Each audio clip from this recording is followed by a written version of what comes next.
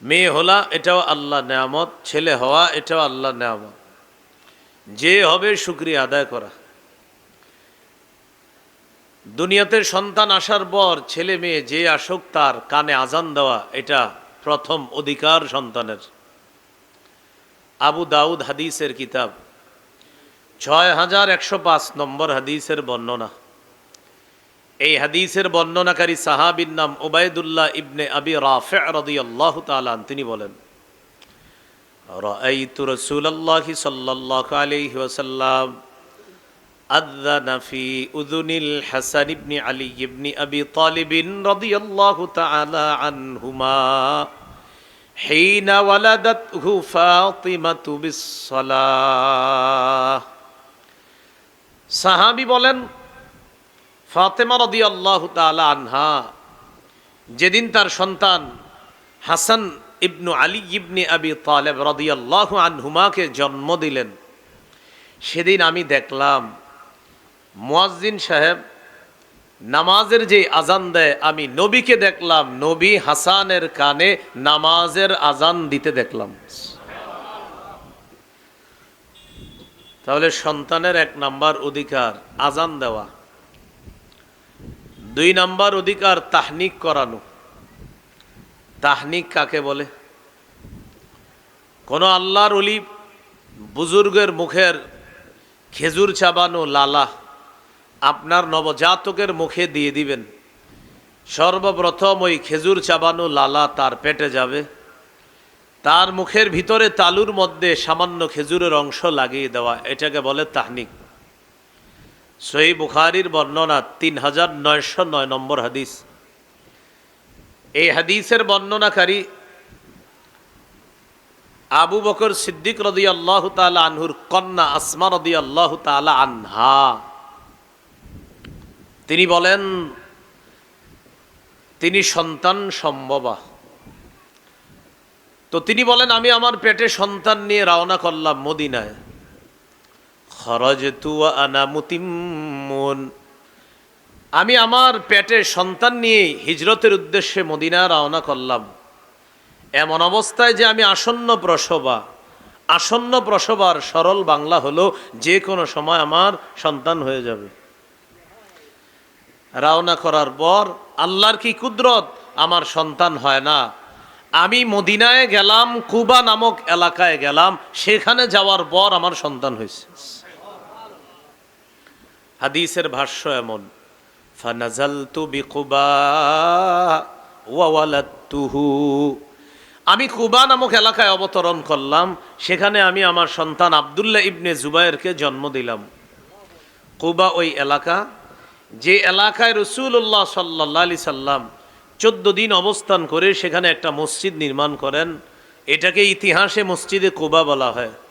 হজ উমরায় যারা গিয়েছেন, ভবিষ্যতে যারা যাবেন ইনশাআল্লাহ, বাসায় বা যেই হোটেলে থাকবেন সেখানে অজু করে মসজিদে কুবায় গিয়ে 2 রাকাত সালাত আদায় করবেন, আল্লাহ একটা উমরার সওয়াব দান করবে।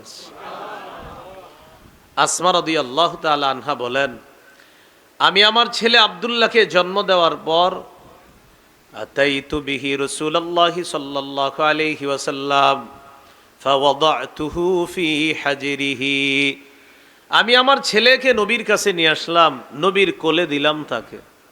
ফাদআ বিতামরা ফামাদাগহা ফাতাফালা ফি ওয়া হান্নাকাহু বিতামরা, নবীজি একটা খেজুর আনলেন, আনার পর খেজুরটা চাবাইলেন, চাবানোর পর আব্দুল্লাহর মুখে একটু থুতু দিয়ে দিলেন, সামান্য খেজুরের অংশ মুখের ভিতর তালুতে লাগিয়ে দিলেন। হাদিসে আসছে, ফাকানা আউওয়ালা শাইইন দাখালা বাতনা আব্দুল্লাহ ইবনে জুবাইর রিকু রাসূলিল্লাহ, আমার ছেলে আব্দুল্লাহর পেটে দুনিয়ার কোনো খাদ্য সর্বপ্রথম যায়নি, আমার সন্তানের পেটে আল্লাহ রসুলের থুতু মুবারক সর্বপ্রথম খাদ্য হিসাবে গেছে। এটাকে বলে তাহনিক। কি বলে?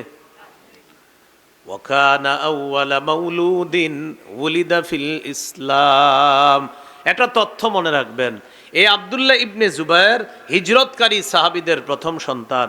যারা মক্কা থেকে হিজরত করে মদিনায় গিয়েছেন, তাদের সর্বপ্রথম যে সন্তানটা দুনিয়াতে এসেছে তিনি হলেন এই আব্দুল্লাহ ইবনে জুবায়ের রাদিয়াল্লাহু তাআলা আনহুমা।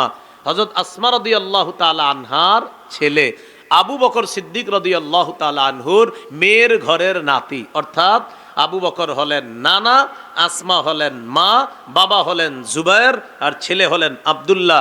তিনি হিজরতকারী সাহাবীদের প্রথম সন্তান। এই তথ্যটা মনে রাখবেন, ওই কুইজে আসে মাঝে মাঝে, কুইজে হিজরতকারী সাহাবীদের প্রথম সন্তানের নাম কি, দেখবেন অনেকগুলা নাম দিবে, আব্দুল্লাহ ইবনে জুবায়ের একটা নাম থাকবে, আপনি টিক চিহ্ন দিয়ে দিবেন আব্দুল্লাহ ইবনে জুবায়ের। এগুলো 2 নাম্বার সন্তানের অধিকার। তাহলে 1 নাম্বার আজান, 2 নাম্বার তাহনিক করা, 3 নাম্বার চাচা, খালু, খালা, মামা, মামি যারা এই নবজাতককে দেখতে যাবে তার জন্য বরকতের দোয়া করা। হাদিসের কিতাব আবু দাউদ 5106 নম্বর হাদিস। এই হাদিসের বর্ণনাকারী আয়েশা সিদ্দিকা রাদিয়াল্লাহু তাআলা আনহা তিনি বলেন, কানা রাসূলুল্লাহ সাল্লাল্লাহু আলাইহি ওয়াসাল্লাম ইউতা বিসসিবিয়ান ফায়াদউ লাহুম বিল বারাকা। রাসূলুল্লাহ সাল্লাল্লাহু আলাইহি ওয়াসাল্লামের কাছে নতুন শিশুকে নিয়ে আসা হতো, আল্লাহ নবী তাদের জন্য বরকতের দোয়া করতেন। আমরাও নবজাতককে দেখে তার জন্য বরকতের দোয়া করব। আমরা এইভাবে দোয়াটা করতে পারি, আপনাদের কষ্ট না হলে আমার সাথে পড়তে পারেন। বলেন, জাআলাহুল্লাহু মুবারাকান আলাইকা ওয়া আলা উম্মতি মুহাম্মাদ সাল্লাল্লাহু আলাইহি ওয়াসাল্লাম। আল্লাহ তাআলা এই নবজাতককে তোমার জন্য, তার মায়ের জন্য, গোটা জগতের উম্মতে মুহাম্মদীর জন্য বরকত বানিয়ে দেন। আমরা যারা আরবিটা না পারি, বাংলা এইভাবে বললে হবে। নবজাতককে কোলে নিয়ে বলবেন, এই নবজাতক তার বাবার জন্য, তার মায়ের জন্য, গোটা জগতের উম্মতে মুহাম্মদীর জন্য যেন আল্লাহ বরকত বানিয়ে দেয়। আমরা আজকে থেকে যত নবজাতক শিশুকে দেখব এই দোয়াটা করার চেষ্টা করব ইনশাআল্লাহ। 4 নাম্বার, শিশু সন্তান কান্না করলে তার কান্না থামায়া দেওয়া, এটা তার অধিকার। তার মা ডেকসি ধুইতে গেছে, তার মা রান্নার কাজে ব্যস্ত, শিশুর মা নামাজে দাঁড়িয়েছে, ওই মুহূর্তে শিশু কান্না করা শুরু করছে। আপনি বাবা অথবা অন্য যারা ঘরে আছে তাদের উচিত এই শিশুর কান্না থামিয়ে দেওয়া। মা নামাজে থাকলে তিনি যদি লম্বা কেরাত দিয়ে নামাজ শুরু করেন, তার তখনই ওই লম্বা কেরাতকে সংক্ষিপ্ত কেরাত করতে হবে। সংক্ষিপ্ত কেরাতের মাধ্যমে নামাজ শেষ করে শিশুকে কোলে নিয়ে তার কান্না থামিয়ে দেওয়া, এটা শিশুর অধিকার। সহিহ বুখারী 868 নম্বর হাদিস। এই হাদিসের মধ্যে আছে, ক্বালা রাসূলুল্লাহ সাল্লাল্লাহু আলাইহি ওয়াসাল্লাম ইন্নী লা আকুমু ইলাস সালাহ ওয়া উরিদু আন উতাওয়িলা ফিহা। নবীজি বলেন, আমি নামাজে দাঁড়াই, নামাজে দাঁড়ানোর পর লম্বা কেরাত পড়ার নিয়ত করি। ফাআসমাউ বুকাআস সাবী, ওই মুহূর্তে আমি শিশুর কান্নার আওয়াজ শুনি। ফাআতাজাওয়াজু ফি সালাতি কারাহিয়াতান আন আশুক্কা আলা উম্মিহি।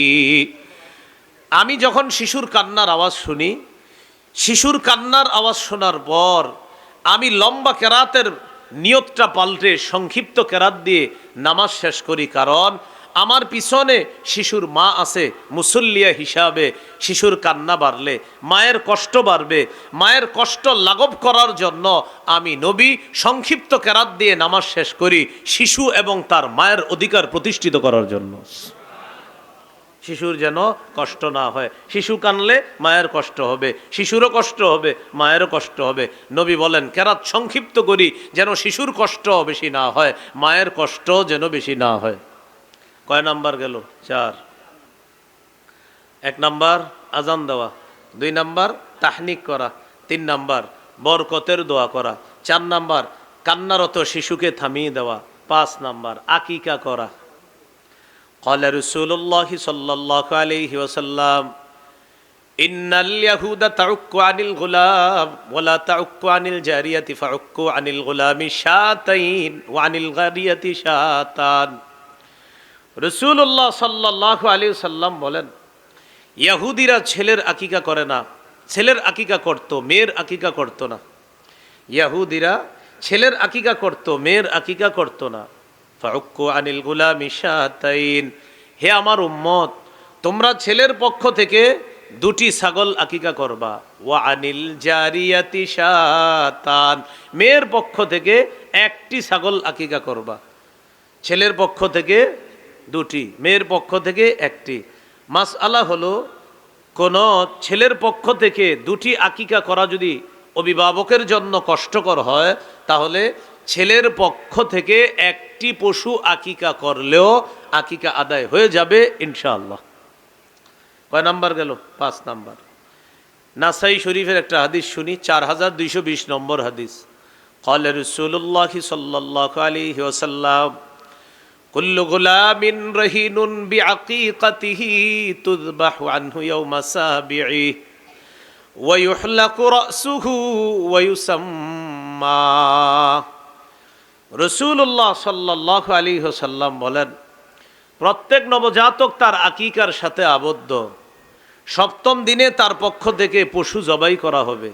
7ম দিনে তার মাথার চুল মুন্ডন করা হবে। এখানে মাসালা মনে রাখা, 7ম দিনে নবজাতকের মাথার চুল এটা মুন্ডন করার পর এই 7ম দিনের শিশুর চুলটাকে আপনি একটা টিস্যুতে অথবা যেভাবে পারেন সংরক্ষণ করে এই চুল বাজারে নিয়ে যাবেন। স্বর্ণকারের পাল্লার মধ্যে এই চুল ওজন দিতে বলবেন। 1 পাল্লায় 7 দিনের বাচ্চার চুল, আরেক পাল্লায় রূপা। এই চুল পরিমাণ রূপা অথবা রূপার সমপরিমাণ টাকা আল্লাহ রাস্তায় সদকা করে দিবেন। এতেই শিশুকে আশা করা যায় অনেক রোগ বিমারি থেকে, বালা মুসিবত থেকে আল্লাহ হেফাজত করবে। ক্বালা রাসূলুল্লাহ সাল্লাল্লাহু আলাইহি ওয়াসাল্লাম, ইহলিকি রাসা ওয়া তাসাদ্দাকি বিজিনাতি শা'রিহি ফিদ্দাতান। রাসূলুল্লাহ সাল্লাল্লাহু আলাইহি ওয়াসাল্লাম তার মেয়ে ফাতেমাকে বললেন, ফাতেমা, হাসানের মাথার চুল মুন্ডন করো আর চুল পরিমাণ রূপা আল্লাহর রাস্তায় তুমি সদকা করে দাও। ফাকাল আলী ইবনু আবি তালিব রাদিয়াল্লাহু তাআলা আন, ফাওয়াজানতুহু ওয়া কানা ওয়াজনুহু দিরহামান আও বা'দা দিরহাম। আমি আমার ছেলে হাসানের চুল ওজন করলাম। আমার ছেলে হাসানের চুলের পরিমাণ হলো 1 দিরহাম রূপা অথবা 1 দিরহামের কাছাকাছি রূপা। আমি এটা আল্লাহর রাস্তায় সদকা করে দিলাম। প্রিয় মুসলমান ভাইয়েরা, পর্দার আলালের মা বোনেরা, কথাগুলো মনে রাখবেন। এবং 7ম দিনের এই 7 দিনের বাচ্চার চুলের ব্যাপারে যে কথাটা হাদিসে আসছে, আমরা এই আমলটা অবশ্যই করার চেষ্টা করব ইনশাআল্লাহ। মনে থাকবে নি? তাহলে 5 নাম্বার কি করা? আকিকা করা। একটা শিথিল সনদের বর্ণনা আসছে, 7ম দিনে আকিকা না করলে, আল জামিউস সগীরের হাদিস, তাহলে 14তম দিনে করা যাবে। 14তম দিনে না করলে 21তম দিনে করা যাবে। বর্ণনার সনদ শিথিলতা আছে, বাকি বিশুদ্ধ বর্ণনা 7ম দিনে আকিকা করা, এটা নাসাইর বর্ণনা। এ হলো 5 নাম্বার কাজ।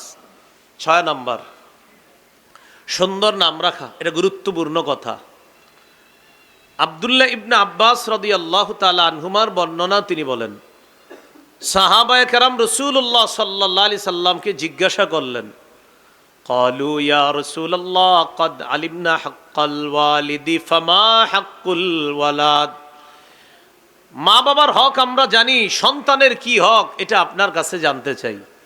রাসূলুল্লাহ সাল্লাল্লাহু আলাইহি সাল্লাম বললেন, আইয়ুহসিনা ইসমা ওয়া ইউহসিনা আদাবা।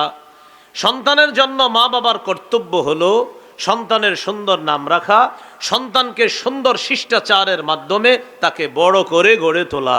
এটা মা বাবার দায়িত্ব, কর্তব্য। সুন্দর নাম রাখা এটা অতীব গুরুত্বপূর্ণ একটি কাজ। আবু দাউদ 4949 নম্বর হাদিস। ক্বালা রাসূলুল্লাহ সাল্লাল্লাহু আলাইহি ওয়াসাল্লাম, আহাব্বুল আসমাই ইলাল্লাহ আব্দুল্লাহি ওয়া আব্দুর রহমান রাসূলুল্লাহ সাল্লাল্লাহু আলাইহি সাল্লাম বলেন, আল্লাহর কাছে সর্বাধিক পছন্দনীয় নাম হলো আব্দুল্লাহ, আব্দুর রহমান। এখন একটি হাদিস শুনবো আমরা, যে হাদিস শোনার পর আপনাদের সিদ্ধান্ত নিতে হবে অর্থবোধক বিশুদ্ধ নাম রাখা কতটা প্রয়োজনীয়তা আছে ইসলামের মধ্যে। এখন বুঝবেন।